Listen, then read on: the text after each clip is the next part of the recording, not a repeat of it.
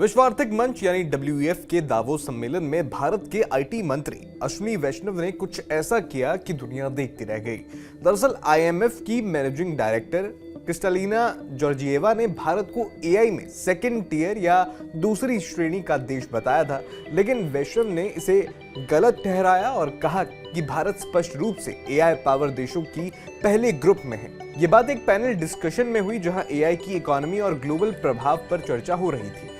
Panel में Saudi अरब के investment minister Khalid अल फलीह, Microsoft के प्रेसिडेंट ब्रैड स्मिथ मौजूद थे। वैष्णव ने IMF के क्राइटेरिया पर सवाल उठाया और कहा कि मुझे नहीं पता IMF का क्राइटेरिया क्या है, लेकिन स्टैनफोर्ड यूनिवर्सिटी भारत को AI पेनिट्रेशन तैयारी और टैलेंट में दुनिया में तीसरा स्थान देती है। AI टैलेंट में तो दूसरा स्थान है, इसलिए आपका भारत को सेकंड टियर यानी दूसरी श्रेणी में रखना सही नहीं लगता।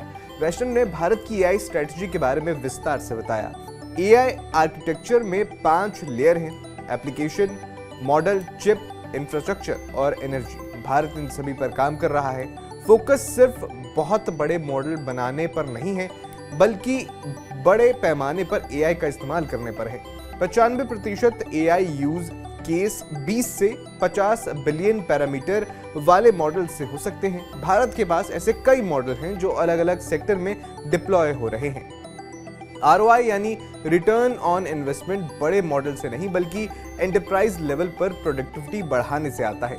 भारत दुनिया का सबसे बड़ा AI सर्विसेज सप्लायर बन सकता है, क्योंकि हम एंटरप्राइज की जरूरत समझकर सस्ते और असरदार सॉल्यूशन दे सकते हैं। GPU की कमी दूर करने के लिए पब्लिक प्राइवेट पार्टनरशिप से 38,000 GPU का कॉमन कंप्यूट फैसिलिटी बनाया गया है, जो स्टूडेंट्स, रिसर्चर्स और स्टार्टअप्स को ग्लोबल प्राइस से 1/3 सस्ते में मिलता है।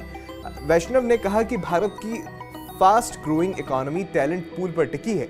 देश AI को लोकतांत्रिक बनाने पर जोर दे रहा है। सस्ती कंप्यूटिंग, सॉवरेन मॉडल और टेक्नो लीगल रेगुलेशन से 1 साल में ज्यादातर AI वर्क सॉवरेन मॉडल पर चलने की उम्मीद है।